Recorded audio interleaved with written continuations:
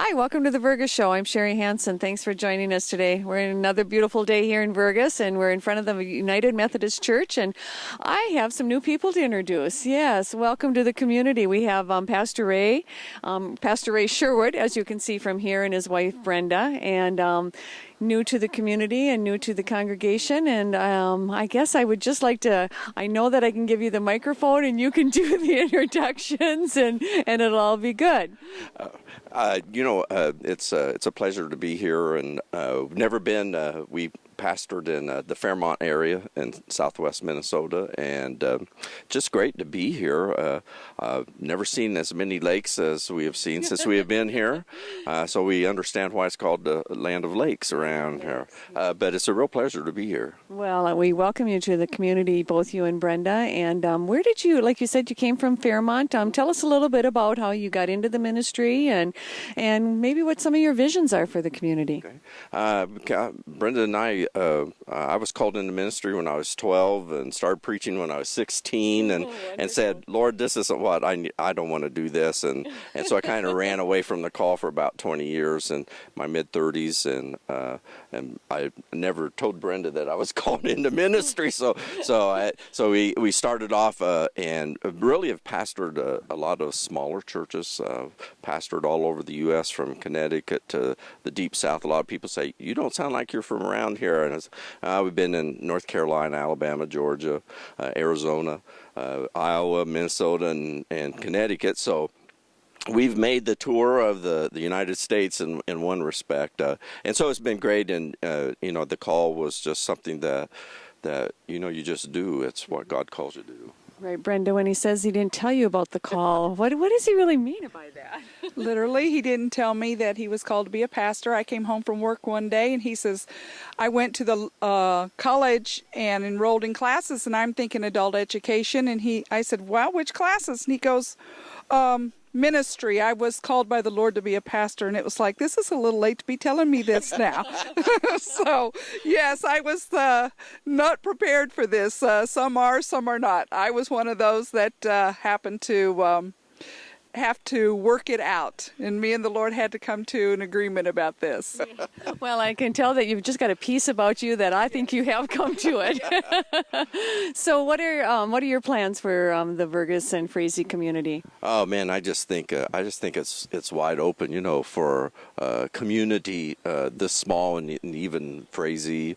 I just think the potential's there to be able to reach out to people. I've been preaching on connecting people to God, and that's what we're here to do, is just try to connect people to God and try to be community minded. Brenda and I were in our 20 plus years of pastoring, always been community minded, and feel like that the church needs to be involved in community affairs, and so the vision is to even expand more and reach people that's not in church. We're not here to try to take people from their churches. We're trying to reach people who don't go to church anywhere. Right. And I just think the mission field's wide open around here, and I just think it's a great opportunity for us to be able to do even more for the kingdom of God. Wonderful. Well, we welcome you to the community. And with that being said, I think you're going to have some work ahead of you, because I've got a lady over here that has got some plans for on Friday, August 30th. You're going to want to come to the community, and you're going to want to come to the Vergas Event Center, because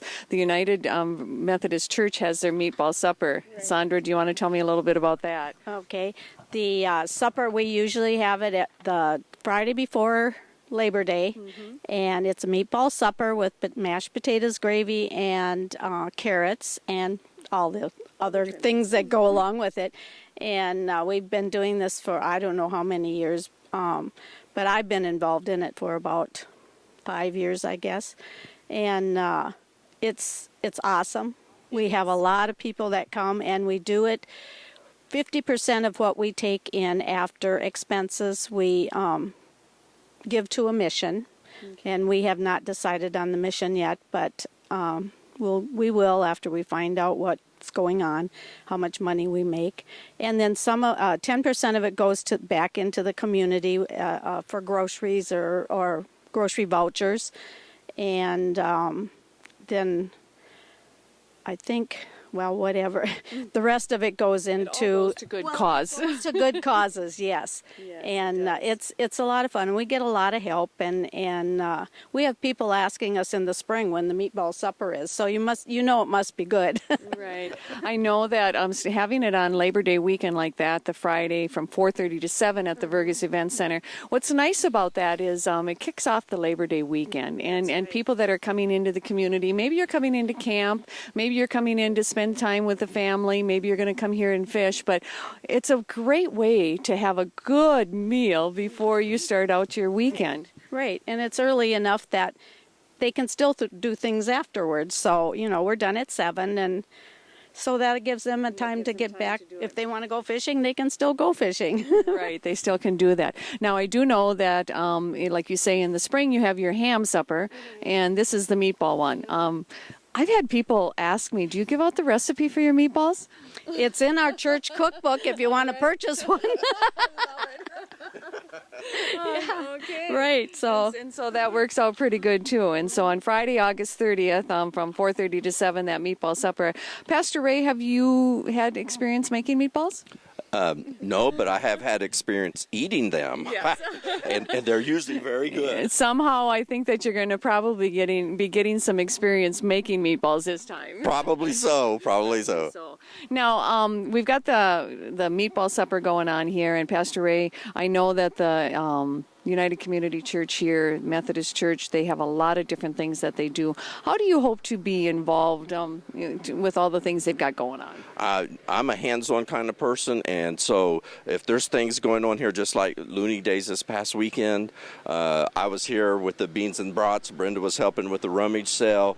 We don't ask our church people to do anything that we won't do ourselves. Oh, I love that. And so, that being said, I know that you had some church people that had wiener dogs in the race. Yes, we did. Yes, we did. I think one of them placed second in there, so I think it was good. Yeah.